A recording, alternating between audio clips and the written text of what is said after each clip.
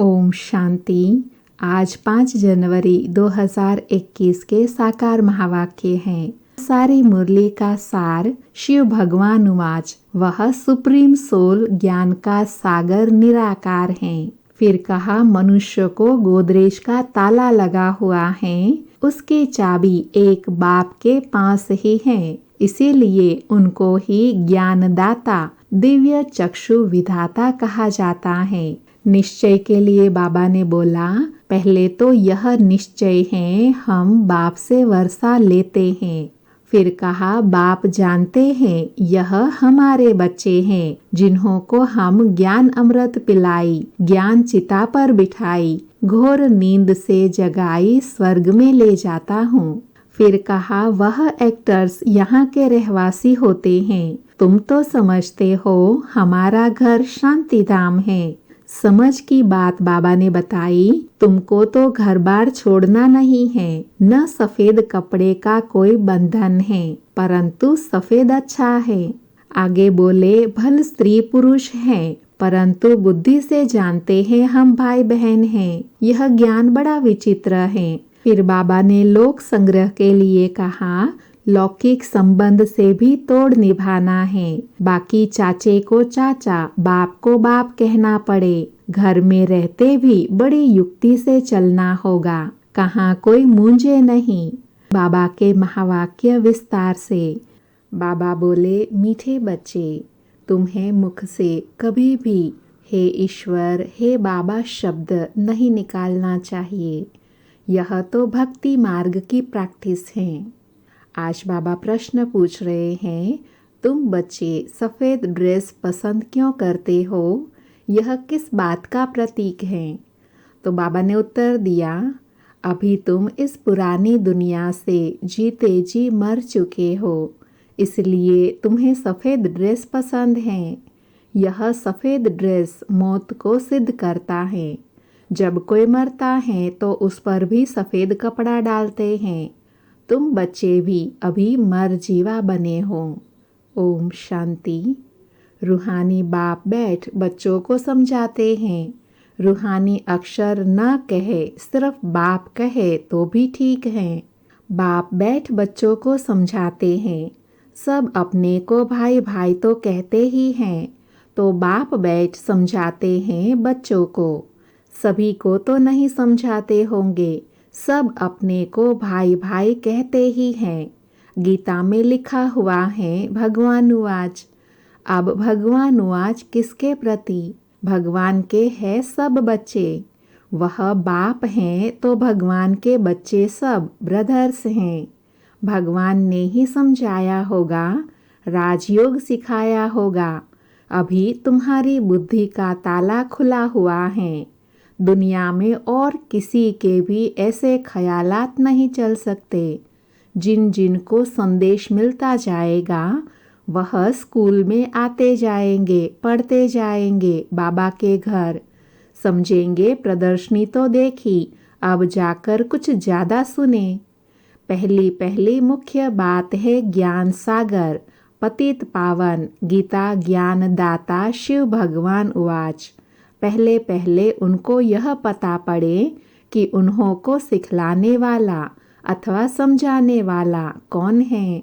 वह supreme soul, ज्ञान का सागर निराकार है। वह है ही सत्य अर्थात ट्रुथ। वह सत्य ही बताएंगे, फिर उनमें कोई प्रश्न उठ नहीं सकता। पहले पहले तो इस पर समझाना है, हमको परम पिता परम आत्मा ब्रह्मा द्वारा राजयोग सिखलाते हैं।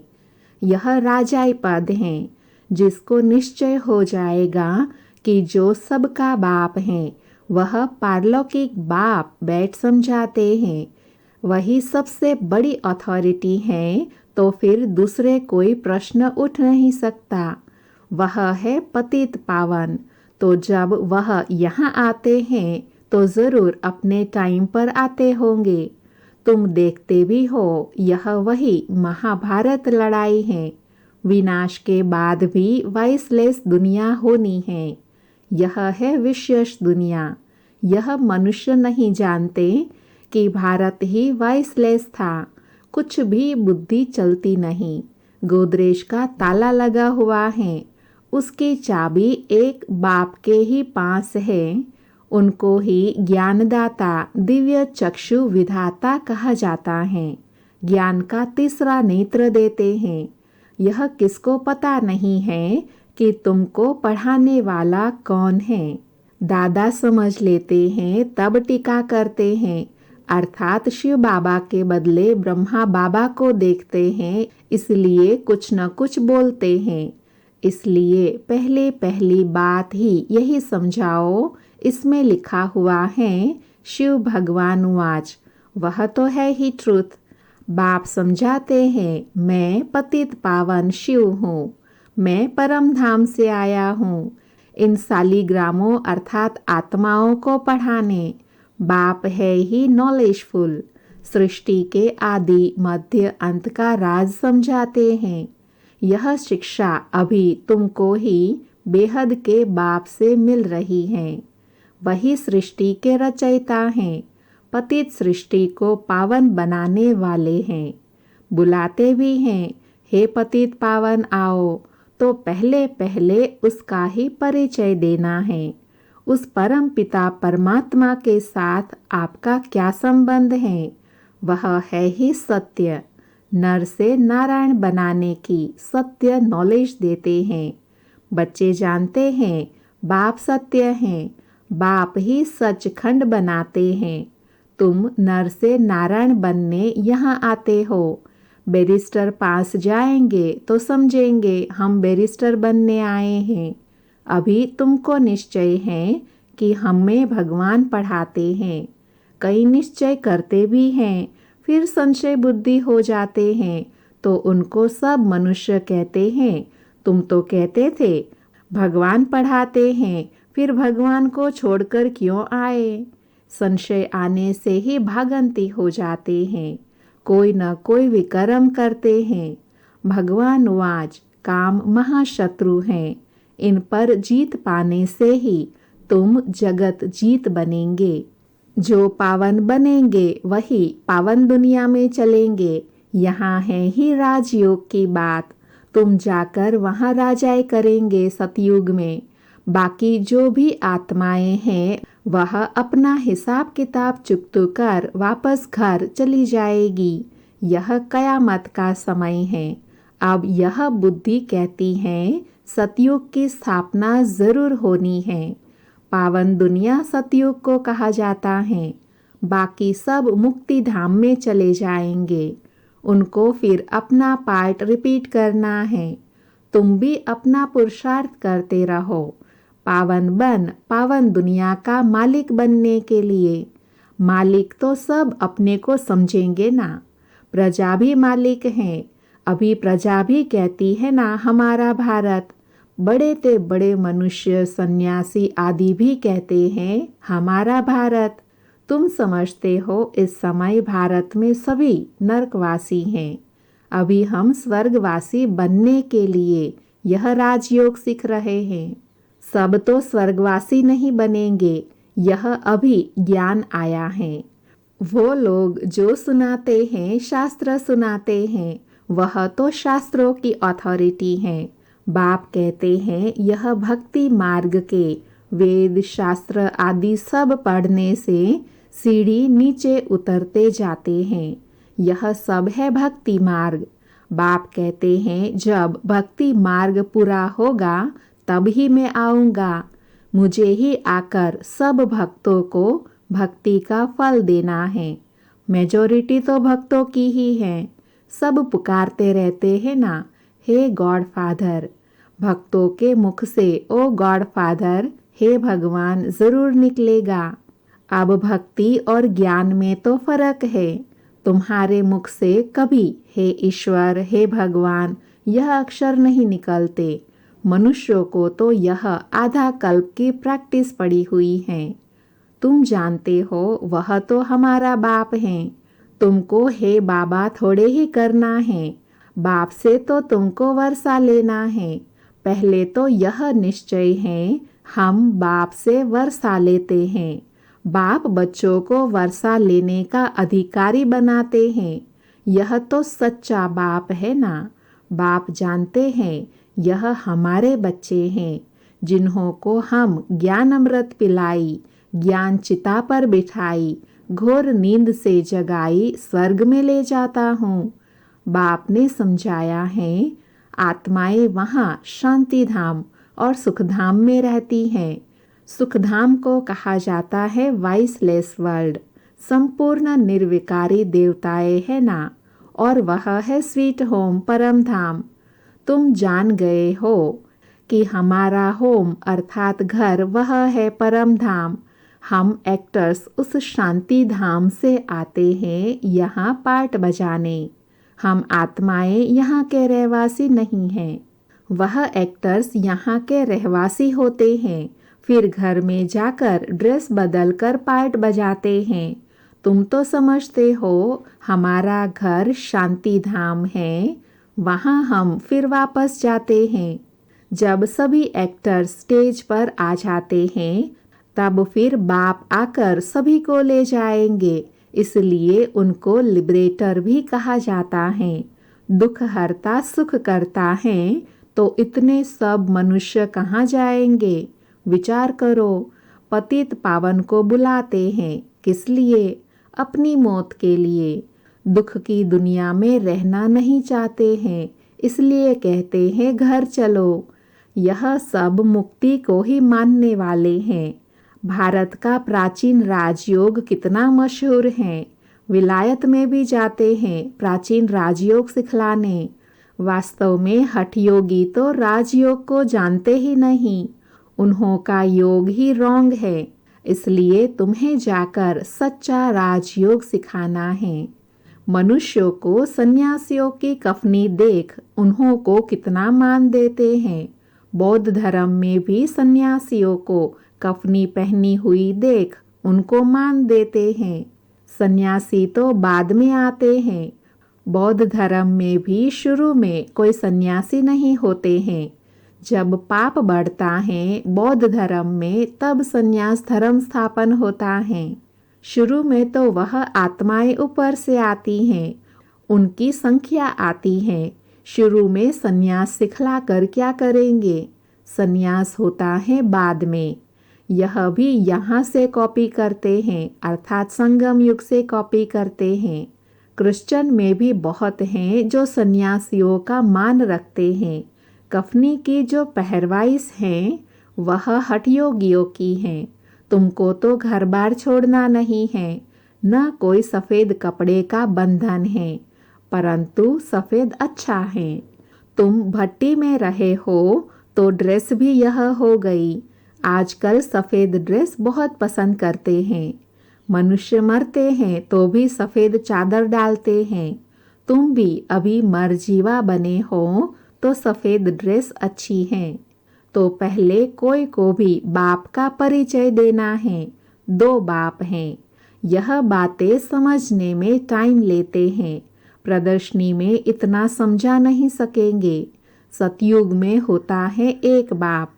इस समय तुमको 3 बाप है, क्योंकि भगवान आते हैं प्रजापिता ब्रह्मा के तन में। वह भी तो बाप है सबका।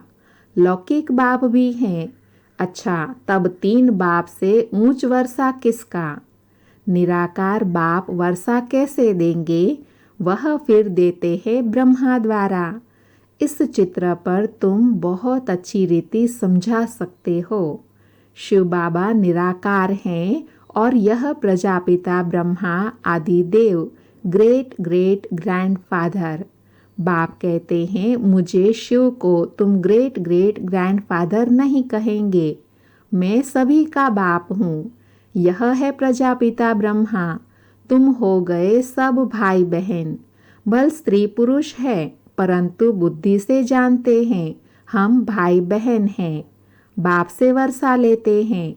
भाई बहन आपस में क्रिमिनल असॉल्ट कर न सके।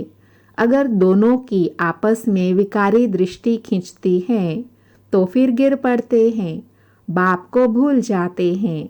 बाप कहते हैं तुम हमारा बच्चा बन, फिर मुंह काला करते हो। बेहद का बाप बच्चों को बैठ समझाते हैं। तुमको यह नशा चढ़ा हुआ है। जानते हो गृहस्थ व्यवहार में भी रहना है, लौकिक संबंधियों को भी मुंह देना है, अर्थात तोड़ निभाना है।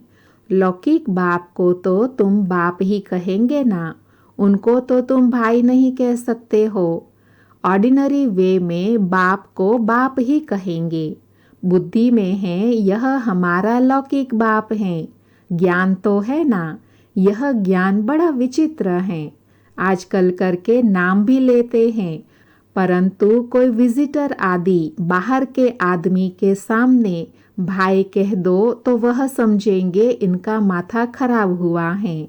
इसमें बड़ी युक्ति चाहिए। तुम्हारा गुप्त ज्ञान है, गुप्त संबंध है, इसमें बड़ा युक्ति से चलना है। लेकिन एक दो को रिगाड़ देना चाहिए, लौकिक से भी तोड़ निभाना है। बुद्धि चली जानी चाहिए ऊपर परम धाम। हम बाबा से वर्षा ले रहे हैं, बाकी चाचे को चाचा, बाप को बाप कहना पड़ेगा। जो बीके नहीं बने हैं तो वह भाई बहन नहीं समझेंगे। जो ब्रह्मा कुमार कुमारियाँ बने हैं वही इन बातों को समझेंगे। बाहर वाले तो पहले सुनकर चमकेंगे। इसमें समझने की बड़ी अच्छी बुद्धि चाहिए। बाप तुम बच्चों को विशाल बुद्धि बनाते हैं। पहले हद की बुद्धि में थे, अब बुद्धि चली जाती है बेहद में। हमारा वह बेहद का बाप है। यह सब हमारे भाई बहन हैं। बाकी संबंध में तो बहू को बहू, सासू को सासू ही कहेंगे, बहन थोड़े ही कहेंगे। आते तो दोनों है ज्ञान में। घर में रहते भी बड़ी युक्ति से चलना होगा। लोक संग्रह को भी देखना पड़ता है, नहीं तो वह लोग कहेंगे यह पति को भाई, सासू को बहन कह देते, यह क्या सिखाते हैं। यह ज्ञान की बातें तुम ही जानो और न जाने कोई। कहते हैं ना, तुमरी गतमत तुम ही जानो। अब तुम उसके बच्चे बने हो तो तुम्हारी गतमत तुम ही जानो। बड़ा संभल कर चलना पड़ता है। कहाँ भी कोई मूंझे नहीं। तो प्रदर्शनी में भी तुम बच्चों को पहले पहले यह समझाना है कि हमको पढ़ाने वाला भगवान है। अब बताओ वह कौन है, निराकार शिव या कृष्ण। शिव जयंती के बाद फिर आती है कृष्ण जयंती, क्योंकि बाप राजयोग सिखलाते हैं। बच्चों की बुद्धि में आया है ना, जब वह शिव परमात्मा न आए, शिव जयंती मना न सके, जब तक शिव आकर कृष्णपुरी की स्थापना न करे तो कृष्ण जयंती भी कैसे मनाएं। कृष्ण का जन्म तो मनाते हैं, परंतु समझते थोड़े ही हैं। कृष्ण प्रिंस था तो जरूर सतयुग में प्रिंस होगा ना। देवी देवताओं की राजधानी होगी। सिर्फ एक कृष्ण को तो बादशाही नहीं मिली होगी, जरूर कृष्णपुरी होगी ना। कहते भी हैं कृष्णपुरी और कंसपुरी। कंसपुरी खत्म हुई, फिर कृष्णपुरी स्थापन हुई ना। होती भारत में ही है, नई दुनिया में थोड़े ही यह कंस आदि हो सकते हैं। कंसपुरी कहा जाता है कलयुग को। यहाँ तो देखो कितने मनुष्य हैं। सतयुग में थोड़े होते हैं। देवताओं ने कोई लड़ाई नहीं की। कृष्णपुरी कहो अथवा विष्णुपुरी कहो, देवी संप्रदाय कहो, आसुरी संप्रदाय यहाँ है। बाकी न देवताओं और असुरों की लड़ाई हुई, न कौरवों पांडवों की हुई है। तुम रावण पर जीत पाते हो। बाप कहते हैं इन 5 विकारों पर जीत पहनो तो तुम जगत जीत बन जाएंगे। इसमें कोई लड़ना नहीं है। लड़ने का नाम लो तो हिंसा हो जाए। रावण पर जीत पानी है, परंतु नॉन वायलेंस से, अर्थात अहिंसा से। सिर्फ बाप को याद करने से हमारे विक्रम विनाश होते हैं। लड़ाई आदि की कोई बात नहीं। बाप कहते हैं तुम तमो प्रधान बन गए हो, अब फिर तुमको सतो प्रधान बनना है। भारत का प्राचीन राजयोग मशहूर है। बाप कहते हैं मेरे साथ बुद्धि का योग लगाओ तो तुम्हारे पाप भस्म होंगे। बाप पतित पावन है तो उनसे बुद्धि योग लगाना है, तब तुम पतित से पावन बन जाएंगे। अब प्रैक्टिकल में तुम उनके साथ योग लगा रहे हो, इसमें लड़ाई की कोई बात नहीं है। जो अच्छी रीति पढ़ेंगे और बाप के साथ योग लगाएंगे वही बाप से वर्षा पाएंगे। अच्छा, मीठे मीठे सिकिलधे बच्चों प्रति माता पिता बाप दादा का याद प्यार और गुड मॉर्निंग। रूहानी बाप की रूहानी बच्चों को नमस्ते। हम रूहानी बच्चों की रूहानी माता पिता बाप दादा को याद प्यार गुड मॉर्निंग और नमस्ते। सदा रहे हंसते बनते चले फरिश्ते। सारी मुरली से धारणा के लिए सार हैं। पहला, भाई भाई की दृष्टि का अभ्यास करते हुए लौकिक बंधनों से तोड़ निभाना है। बड़ी युक्ति से चलना है। विकारी दृष्टि बिल्कुल नहीं जानी चाहिए। कयामत के समय संपूर्ण पावन बनना है। दूसरा, बाप से पूरा वर्षा लेने के लिए अच्छी रीति पढ़ाई करनी है और पतित पावन बाप से योग लगाकर पावन बनना है। आज बाबा ने वरदान दिया, कमजोरियों को फुल स्टॉप देकर अपने संपन्न स्वरूप को प्रख्यात करने वाले साक्षात्कार मूर्त भव। स्पष्टीकरण, विश्व आपके कल्प पहले वाले संपन्न स्वरूप पूज्य स्वरूप का सिमरण कर रही है, इसलिए अब अपने संपन्न स्वरूप को प्रैक्टिकल में प्रख्यात करो। बीती हुई कमजोरियों को फुल स्टॉप लगाओ। दृढ़ संकल्प द्वारा पुराने संस्कार स्वभाव को समाप्त करो। दूसरों की कमजोरियों की नकल मत करो। अवगुण धारण करने वाली बुद्धि का नाश करो। दिव्य गुण धारण करने वाली सतो प्रधान बुद्धि धारण करो, तब साक्षात्कार मूर्त बनेंगे। स्लोगन है, अपने अनादि और आदि गुणों को स्मृति में रख उन्हें स्वरूप में लाओ। ओम शांति।